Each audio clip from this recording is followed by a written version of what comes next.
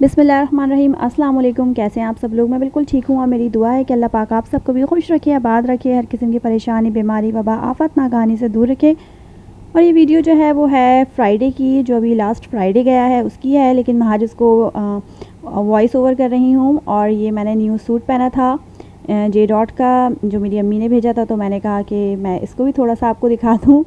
बहुत प्यारा सा, बहुत खूबसूरत सा कलर है जे डॉट का। और ये असर की नमाज़ का टाइम था और इसके बाद आ जाते हैं अपने किचन में, जहाँ मैं कर रही थी अफ्तारी की तैयारी। नॉर्मल डेज़ में मैं अफ्तारी बिल्कुल नहीं बनाती क्योंकि मैं अकेली ही होती हूँ अफ्तारी करने वाली, तो इसलिए जो है मैं अफ्तारी नहीं बनाती हूँ। और फ्राइडे को एहतमाम करती हूँ अफ्तारी का क्योंकि मेरे हस्बैंड होते हैं घर में। तो अफ्तारी के लिए मैंने जो है वो चने बनाने थे, तो मैंने चने बॉईल के लिए रख दिए थे। और उसके बाद मैंने जो है वो फ्रूट चाट के लिए फ्रूट वगैरह कटिंग कर लिया था।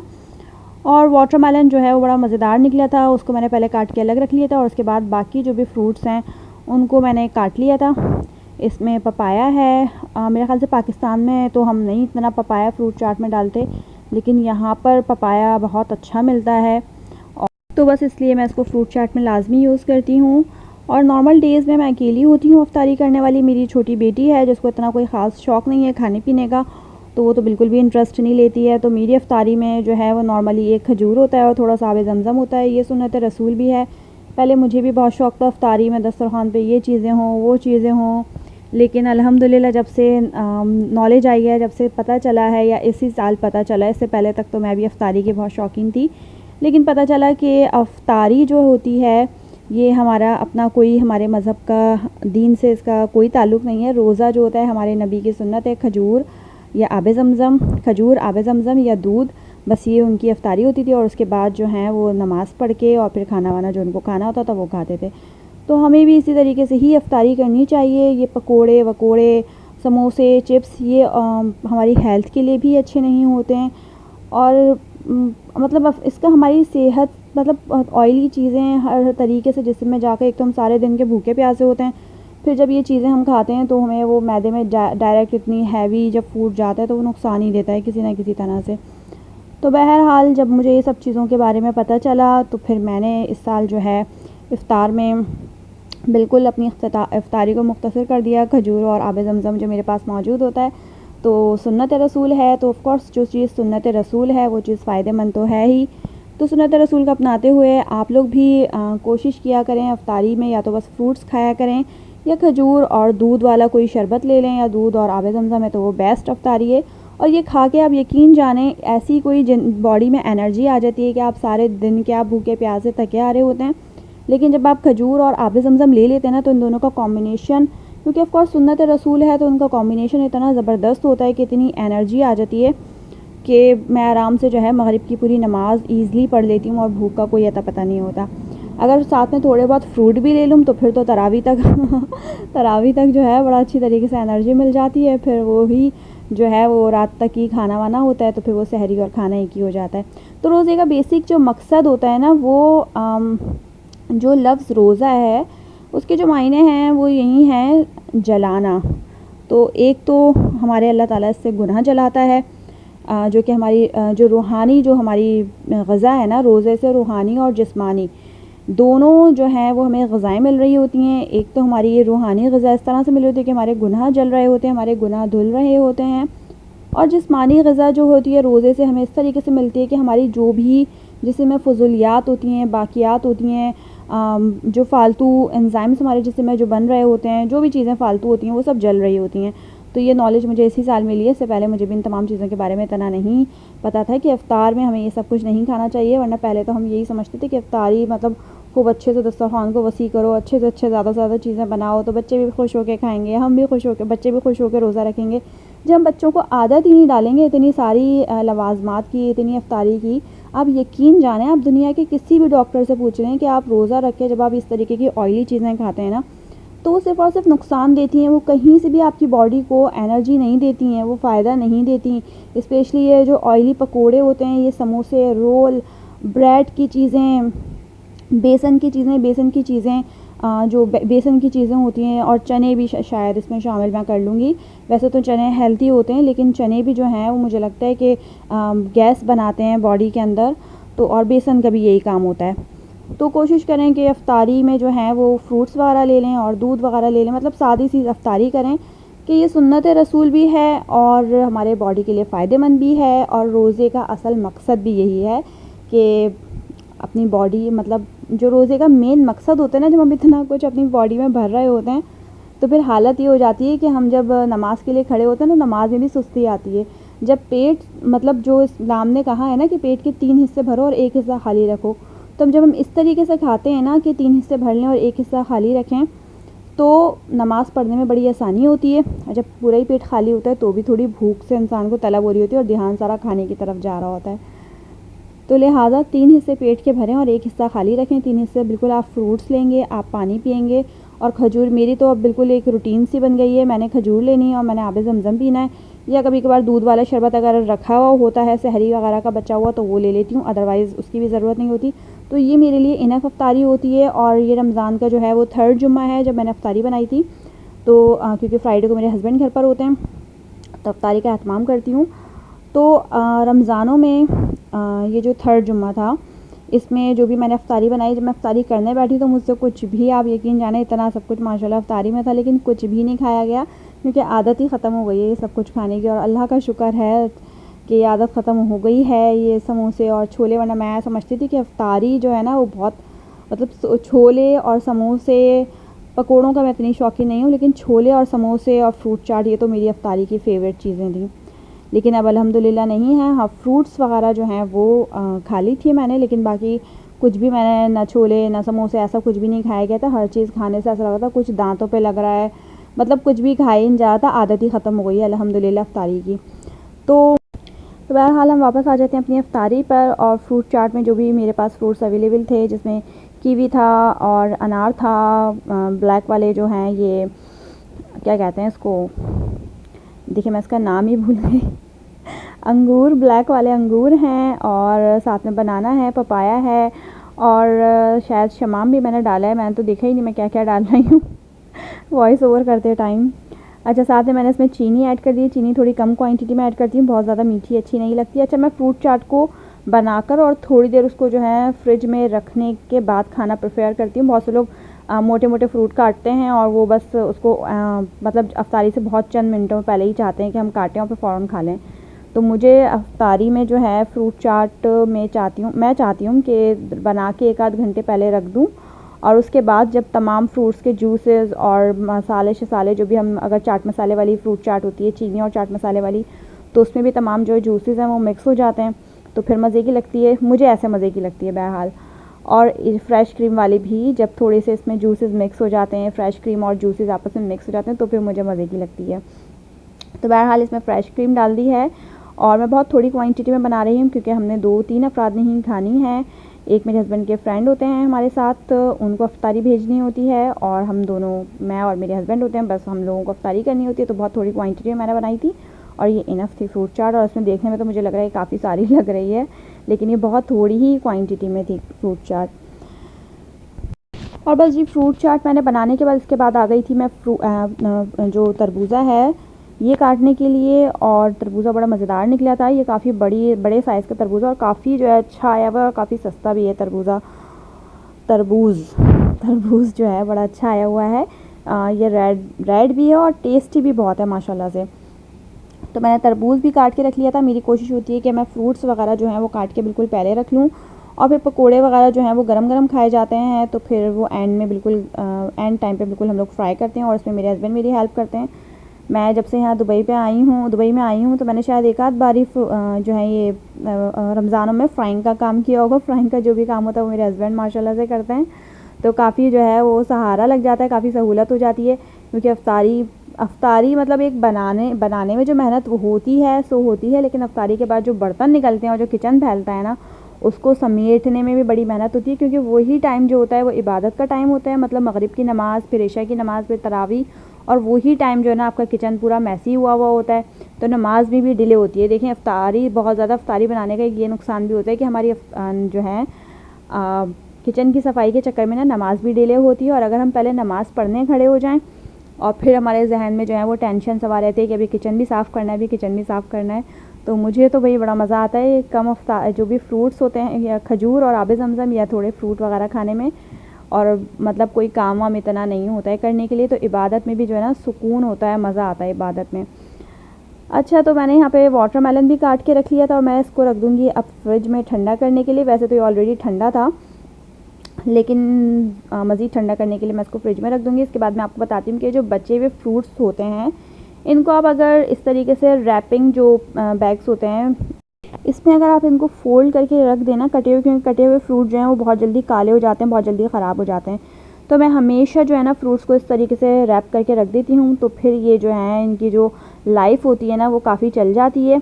और आपके पास जो भी फ्रूट्स हैं ना, और स्पेशली अगर नॉर्मल भी आप मार्केट से फ्रूट लेकर आएँ, मतलब टोमेटो वगैरह तो ज़्यादा क्वांटिटी में होते हैं, लेकिन जो कैप्सिकम वगैरह होती है, कैबेज होती है, ये ख़ुद वाटरमेलन भी, इस टाइप की जो भी चीज़ें होती हैं ना, वो आप अगर इनमें रैप करके रखेंगे ना तो उनकी जो लाइफ होती है ना वो बढ़ जाती है, वो ज़्यादा चलती है। तो बहरहाल मैं इन तमाम चीज़ों को वापस रैप करके रख दूँगी। वाटरमेलन तो ऑलरेडी रैपिंग में ही आया था, तो मैं उसको ऐसी कैसी रैपिंग में कर सब कुछ फ्रिज में रख दूँगी। यहाँ पे मैंने अपनी काउंटर टॉप को वापस जो है वो क्लीन कर लिया है। और अब मैं जो बना रही हूँ वो है वेजिटेबल समोसा, और इसका बैटर जो है मैंने ऑलरेडी फ्रिज में बना के रखा हुआ था। बैटर नहीं, इसका जो मिक्सचर है, सॉरी मिक्सचर इसका मैंने पहले से बना के रखा हुआ था। ये जो आपको नज़र आ रही है ये आटे की लई है। आटा थोड़ा नीचे रखा था तो उसके लिए मुझे झुकना पड़ता तो मैदा जो है वो ऊपर वाली कैबिनेट में रखा था, तो मैंने मैदा निकाल के मैदे की लई बना ली थी। और इसके बाद मैं जो हूँ इसको बॉक्स पेटीज़ कहते हैं। वैसे नॉर्मली मुझे नहीं पता, मुझे तो समोसे लगते हैं, पेटीज़ तो मैं उसको कहती हूँ जो कि पेटीज़ की तरह होते हैं, जो बाज़ार के पेटीज़ होते हैं ना, जो पफ पेस्ट्री से तैयार होते हैं, लेकिन इसको भी खैर पेटीज़ ही कहा जाता है। क्यों कहा जाता है मुझे नहीं पता, लेकिन बहरहाल बड़े मज़ेदार बन जाते हैं। ये जो है चिकन, कैबेज, कैप्सिकम और कैरेट का जो है मिक्सचर है, और थोड़े से स्पाइसेस वगैरह भी डले हुए हैं इसके अंदर, लाइक सोया सॉस है और चिली सॉस है, बाकी कुटी मिर्चें, ब्लैक पेपर, ज़ीरा पाउडर, थोड़ा सा तिक्का मसाला ही मैंने चिकन में ऐड कर दिया था। इसके अंदर मैंने कुछ दिन पहले जो है थोड़ा सा बारबेक्यू मंगवाया था, तो बचा हुआ बारबेक्यू है वो भी मैंने मैश करके इसके अंदर ऐड कर दिया था। अच्छा जी, मेरी जो पट्टियाँ हैं समोसे की उसी को मैं रख लूँगी, और उसके बाद इसमें थोड़ी सी चीज़ ऐड कर दूँगी। वैसे समोसों से ज़्यादा ईजी जो मुझे ना ये जो स्क्वायर बॉक्स पेटीज़ बनती है ना, इसको बनाने में मुझे थोड़ा सा ईजी लगता है। समोसे की शेप थोड़ी सी ऊपर नीचे हो जाती है, लेकिन इसकी शेप जो है बिल्कुल परफेक्ट रहती है। अगर कोई मेहमान आने वाला है और आप समोसे बनाने का सोच रहे हैं, अगर आप बहुत एक्सपर्ट हैं तो बना लें, और अगर मेरी तरह थोड़े से ऊपर नीचे आपके समोसे हो जाते हैं, समोसों की शेप ऊपर नीचे हो जाती है, तो आप बिल्कुल इसको ट्राई कर सकते हैं। ये बड़ा ज़बरदस्त जो है ना, बड़ी स्पीड से बन जाता है, और इसमें कोई समोसे की तरह शेप वेप का कोई चक्कर नहीं होता, बड़ी आसानी से बन जाता है। पट्टियाँ अगर टेढ़ी मेढ़ी कुछ हैं, फटी वटी हुई हैं, तो भी बड़ी आसानी रह जाती है। तो मैं इन पेटीज़ को भी बना के पहले से मैंने थोड़ा सा रख लिया था, ताकि इसे पैन में फ्राइन करना रह जाए। और मेरी कोशिश होती है कि मैं कोई भी चीज़ जो है वो फ्रोज़न करके नहीं रखूँ, क्योंकि मुझे ख़ुद को फ्रोज़न चीज़ें नहीं पसंद। और फिर ये कि फ्रिज में इतनी कोई ख़ास ऐसी जगह भी नहीं होती है, और अफ्तारी का इस बार तो कोई ऐसा सीन ही नहीं था, क्योंकि मेरे हस्बैंड ऑफिस में अफ्तारी करते हैं। अच्छा जी, यहाँ पर मैंने अपने इन्वर्टर को कर लिया है ऑन। मेरे चूल्हे में जो है वो कुछ प्रॉब्लम हो गई है, तो उसको मैंने कर दिया है बिल्कुल बंद। और ये जो इन्वर्टर है ना, ये इन्वर्टर वाले जो भाई साहब हैं, ये जो है ना मेरे बड़े अच्छे बुरे वक्त के साथी हैं, क्योंकि मेरे कभी गैस ख़त्म हो जाती है, कभी स्टोव में कुछ प्रॉब्लम हो जाती है, तो फिर मैं इसको निकाल लेती हूँ, और ये दिन में रात में हर वक्त मेरे काम आता है। नॉर्मली मैं इसको उठा के रख देती हूँ। अच्छा जी, यहाँ पर मैं फ्राइंग पैन को अच्छी तरीके से क्लीन कर लूँगी, और इसमें मैं ऐड करूँगी थोड़ा सा ऑयल। वैसे हकीकत बात बताऊँ तो मुझे ख़ुद को भी नहीं पता कि मैं अब क्या करने वाली हूँ, क्या करने वाली हूँ। वीडियो देख देख के अंदाज़ा लगा रही हूँ कि अच्छा मैं इस टाइम ये कर रही थी, मैं इस टाइम ये कर रही थी। मुझे भी पता नहीं कि ऑनेस्टली कि मैं भी क्या बनाने जा रही हूँ, लेकिन शायद मैं इसमें जो है वो छोले बनाऊँगी। नो, इसमें आलू का भुर्ता बनाऊँगी, आलू के समोसे के लिए। तो मैंने लिए हैं 2-3 चमचे के करीब जो है ऑयल लिया है। आप चाहें तो इससे भी कम ले सकते हैं, लेकिन बहुत ज़्यादा फिर ड्राई हो जाएगा भुर्ता। थोड़ी सी इसमें डाली है मैंने राई, और थोड़ी सी डाली है मैंने, थोड़ा सा इसमें मैंने डाला है जो शाही ज़ीरा, या नॉर्मल जो भी ज़ीरा आपके पास अवेलेबल है आप वो ऐड कर सकते हैं। तो थोड़ा सा मैंने इसमें ऐड किया है ज़ीरा। मेरे कैमरे का एंगल थोड़ा जो है वो ख़राब हो गया था, इसलिए फ्लोर ज़्यादा नज़र आ रहा है, जो कि मुझे उस टाइम पता नहीं चला था। रोज़े का टाइम इतनी भगदड़ का टाइम होता है कि उस टाइम बिल्कुल भी वीडियो बनाने का टाइम नहीं मिलता है। बस ये तो मैंने पता नहीं कैसे बना ली, लेकिन बड़ा मुश्किल होता है वीडियो बनाना। अच्छा जी, इसको मैंने पोटैटो डाल लिया है, और पोटैटो बड़ा ज़बरदस्त वाला जो है ना मैंने छोलों के साथ बॉईल किया था, तो ये ना बड़ा ही कोई अच्छा सा बॉईल हो गया था। और बड़ी आसानी से मैश हो गया, वरना थोड़ा जान ही लगती है। मेरे पोटैटोज़ जो हैं वो हमेशा थोड़े से कम बॉयल रह जाते हैं और उसको मैश करने में थोड़ी जान भी ज़्यादा लग जाती है। इसमें सॉल्ट मैंने ऐड कर दिया है मैश करने के बाद। According to your taste, salt तो हस्बे ज़ायक़ा ही ऐड करते हैं, वैसे मैं नॉर्मली थोड़ा कम ऐड करती हूँ अपने खानों में सॉल्ट। साथ में हमने ऐड करा है इसके अंदर थोड़ा सा चाट मसाला, और जो भी मेरे पास स्पाइसेस अवेलेबल होते हैं मैं सभी ऑलमोस्ट ऐड कर देती हूँ। यहाँ पर थोड़ी सी हल्दी जो है वो गिर गई थी। खैर कोई बात नहीं, होता रहता है, खाने वाने पकाने में ऊपर नीचे चीज़ें गिर जाती हैं, कोई बड़ी बात नहीं है, आप लोगों के साथ भी होता होगा। अच्छा जी, इसको हम कर लेते हैं क्लीन, क्योंकि सफाई निस्फ ईमान है, इसलिए खाना बनाते बनाते फ़ौरन हाथ के हाथ सब कुछ क्लीन करना चाहिए। सफाई का ख़ास ख्याल रखना चाहिए, वरना फिर जो है ना कीड़े मकोड़े पैदा होना शुरू हो जाते हैं। साथ में मैं इसमें डाल दूँगी थोड़ा सा ब्लैक पेपर, और जो भी मतलब स्पाइसेस मेरे पास अवेलेबल हैं, कोई ऐसा ख़ास स्पाइस नहीं है आलू के भुर्ते के लिए, जो भी मुझे रखा हुआ नज़र आता है मैं उसमें डाल देती हूँ। मैंने यहाँ पर डाला है रेड चिली पाउडर, और साथ में मैं इसमें ऐड कर दूँगी थोड़े से जो ज़ीरा पाउडर मैंने उसको बना के रखा हुआ है। ये घर मेरे ज़्यादातर मसाले जो हैं वो घर के होते हैं, तो ज़ीरा पाउडर भी मैंने घर का बना के रखा हुआ है। घर के मसाले बहुत कम क्वांटिटी में यूज़ होते हैं और बहुत अच्छा टेस्ट देते हैं।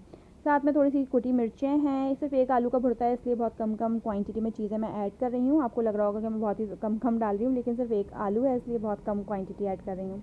लेकिन ये भुर्ता बहुत मज़ेदार बना था, बहुत परफेक्ट क्वांटिटी में बन गया था। यहाँ पर इसमें मैं ऐड कर दूँगी थोड़ी सी प्याज, और साथ में मैं इसमें ऐड कर दूँगी हरा धनिया, और बस इस सब चीज़ों को अच्छी तरीके से मिक्स कर लूँगी। थोड़ी सी देर इसको मैं जो है पकाऊँगी। मैंने जो है स्टोव को बिल्कुल बंद कर दिया है, क्योंकि ये वाला जो इन्वर्टर होता है, ये बंद होने के बाद भी इसके अंदर इतनी हीट होती है कि अगर आप अपने मतलब खाने को पकाकर और इस पे इन्वर्टर पे रखा छोड़ दें और अपने जो हीट है उसको मतलब बंद कर दें बिल्कुल ना, तो भी खाना लगना शुरू हो जाता है इसके अंदर। अच्छा जी, भुर्ता हो गया था मेरा रेडी, और उसके बाद मैंने बनाना शुरू किए थे चने। चने की रेसिपी मैं ऑलरेडी अपने एक वीडियो में डाल चुकी हूँ, अगर आप लोगों को चाहिए तो आप मेरी वीडियो चेक कर सकते हैं। और ये चने जो हैं बहुत मज़ेदार बनते हैं, आप लोगों ने अगर मेरी रेसिपी ट्राई नहीं करी तो ज़रूर ट्राई कीजिएगा। इसमें मैं दोबारा से थोड़ी सी आपको रेसिपी बता देती हूँ कि चने होते हैं, और साथ में मैं आलू ज़रूर डालती हूँ चनों में, और उसको मैं थोड़ा सा पानी, छोलों का ही थोड़ा पानी, थोड़ा सादा पानी, जैसा भी आपके पास पानी अवेलेबल हो आप वो लेकर और बस पानी डाल दें। और फिर इसमें इमली का पल्प ऐड करके, और नमक, मिर्चें, ब्लैक पेपर, ज़ीरा पाउडर और थोड़ी सी चिली फ्लेक्स, अगर चाहें तो वैसे चिली फ्लेक्स नहीं डालिएगा, मैंने शायद नहीं डाली हैं चिली फ्लेक्स। बस ये तमाम चीज़ों को मैं ऐड कर देंगे, सॉल्ट ऐड कर देंगे। सॉल्ट ऑलरेडी चनों में भी ऐड होता है, तो मैं थोड़ी कम क्वांटिटी में ही यूज़ करती हूँ। बस इन तमाम चीज़ों को हम थोड़ा सा पका लेंगे, और इसको थोड़ा थोड़ा सा ना पानी वाला छोड़, हल्का सा पानी ही रखेंगे ताकि छोले बिल्कुल ड्राई ना हो जाएँ। और बस ये हमारे छोले जो हैं वो रेडी हो चुके हैं। अब बाद में इसकी ड्रेसिंग करूँगी बिल्कुल लास्ट में, जब हम सर्व करने होंगे तो मैं इनकी बाउल्स में ही सबकी अलग अलग इसकी जो है वो सर्विंग करूँगी। तो मैं वो भी अगर बना सकी तो उसकी वीडियो भी पता नहीं मैंने बनाई है नहीं बनाई, आगे चल के पता चलेगा आपको। अच्छा जी, इसके बाद मैं कर रही थी समोसों की तैयारी, और इसकी मैंने डो जो है वो काफ़ी पहले ही, मेरे ख़्याल से शायद मैंने नमाज से भी पहले ही इसकी डो तैयार करके रख ली थी। इसकी डो और चने सब मैंने एक साथ ये काम करके रख लिया था। अच्छा जी, इसकी डो मैंने सिंपल सी मैदा लिया है, उसमें थोड़ा सा ऑयल डाला है, बहुत थोड़ी क्वांटिटी में समोसे बना रही हूँ इसलिए बहुत थोड़ी क्वांटिटी में मैदा लिया था, उसमें थोड़ा सा ऑयल डाला था, ज़ीरा डाला था, अजवाइन डाली थी और नमक डाला था। और उसके बाद जो है ये इसकी डो जो है अच्छी तरीके से गूंद के रख ली थी, जो कि एकदम परफेक्ट बन गई थी। आटे की जो समोसों की डो होती है वो थोड़ी सी सख्त ही हमेशा बनती है, तो ही समोसे अच्छे बनते हैं। मुझे पहले बिल्कुल भी नहीं पता था समोसों की डो को थोड़ा सख्त रखा जाता है, मतलब 1-2 साल पहले तक भी मुझे नहीं पता था। तो मैंने एक बार क्या किया, रमज़ानों में समोसों की डो जो है वो बना के रख ली, और वो डो ना थोड़ी पतली हो गई। अब मैं जब उसके अंदर समोसे बनाऊँ तो वो बन के ही ना दिए वो समोसे वो कुछ और ही बन गया, उसे भुर्ता ही नहीं टिक्के दिया, ना उसकी वो रोटी टिक्के दी, बड़े ख़राब वो समोसे बने थे। इन शॉर्ट मैं कह सकती हूँ कि वो सब कुछ वेस्ट हो गया था। अच्छा जी, उसके बाद हम समोसे की रोटी को बेल लेंगे और इसको कटिंग कर लेंगे। ये थोड़ी चांद वाली जो शेप होती है ना, उस वाली शेप में कटिंग होती है। वैसे अब तो मुझे लगता है कि सभी इन चीज़ों में एक्सपर्ट होते हैं, समोसे घर में बनाना, रोल घर में बनाना, कचौरी शचौरी जो भी चीज़ें होती हैं वो घर में बनाना ईज़िली। और जी, मुझे काफ़ी टाइम बाद जो है इन समोसों में मैं एक्सपर्ट हुई थी, मुझे बड़ा टाइम लग गया था इन समोसों को सीखने में, लेकिन अल्हम्दुलिल्लाह बड़ा अच्छा और परफेक्ट जो है ना वो समोसा बनकर आ गया था। इससे पहले जो मैंने समोसे बनाए थे ऐसे ही घर में खाने के लिए, वो भी जो है ना समोसे थोड़े से थोड़े से मतलब शेप चेंज हो गई थी, लेकिन इस बार अल्हम्दुलिल्लाह मैंने कहा अल्लाह पाक मेरी लाज रख लेना, मेरी वीडियो में समोसे बड़े परफेक्ट बने। तो अल्लाह का शुक्र है परफेक्ट समोसे बन गए। और यहाँ पर मेरे जो हस्बैंड हैं वो फ्राइंग के काम कर रहे थे और मैंने चने की चाट जो है वो रेडी कर ली थी, लेकिन मैं इसकी बिल्कुल वीडियो नहीं बना सकी क्योंकि आपको तो पता ही है कि इफ्तारी के टाइम पे कितना काम होता है। यहाँ मैं शरबत बना रही थी तो मैंने कहा चलो जी मेरा काम तो अल्हम्दुलिल्लाह कंप्लीट हो चुका है। मैंने बस शरबत बनाना रह गया था और बाकी इफ्तारी लगाना रह गया था, बाकी तो सारा काम हो गया था। कोशिश करती हूँ कि हाथ के हाथ जो है मैं किचन भी समेटती रहूँ ताकि इफ्तारी के बाद जो है ज़्यादा काम ना फैले। और यहाँ ये हमारा दस्तरखान है और जी बस जी फिर इफ्तारी का टाइम हो गया था। आ जाएं जी आप लोग भी, अगर रोज़ा खुलने का टाइम हो गया तो मेरे साथ रोज़ा खोल लें। और उसके बाद बारी आती है किचन समेटने की और तमाम चीज़ों को वापस फ्रिज में रखने की, जो किचन की चीज़ें हैं वो किचन में रखने की। और इफ्तारी के बाद किचन कुछ ये हाल होता है। ये इतना हाल भी तब था जब मैं बार बार मुसलसल किचन को क्लीन कर रही थी, बार बार समेट रही थी, लेकिन एंड टाइम पे फिर भी फैल ही जाना होता है उसे। तो जी लास्ट जो है वो टचिंग कर देते हैं क्लीनिंग की, तो उसके लिए मैंने डिटॉल का स्प्रे किया था और उसके बाद बड़ी आसानी से जो है ना उसको वाइप कर दो, तो ये जो हमारी शेल्फ़ होती है ना बड़ी आसानी से क्लीन हो जाती है।